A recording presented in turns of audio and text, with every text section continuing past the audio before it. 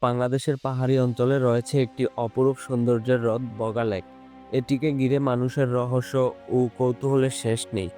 সমুদ্রপৃষ্ঠ থেকে প্রায় 1246 ফুট বা 380 মিটার উপরে বাংলাদেশের সর্বোচ্চ উচ্চতায় স্বাদুপানির লেক হলো বগা লেক।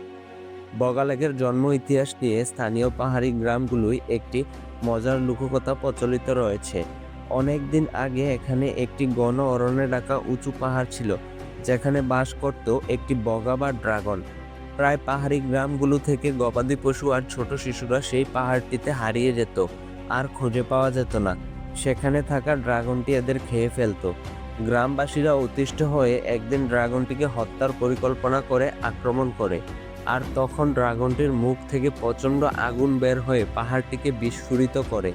একটি লেকের জন্ম হয়, আর এই থেকে এর নামকরণ করা হয় বগা লেক। তবে বাংলাদেশের ভূতত্ত্ববিদগণ বগা লেকের সৃষ্টির রহস্য সম্পর্কে মনে করেন বগা লেক একটি মৃত আগ্নেয়গিরির জলামুখ। তবে আপনি বগা লেকের জন্ম রহস্য সম্বন্ধে কি জানেন, কমেন্ট করে জানাতে ভুলবেন না।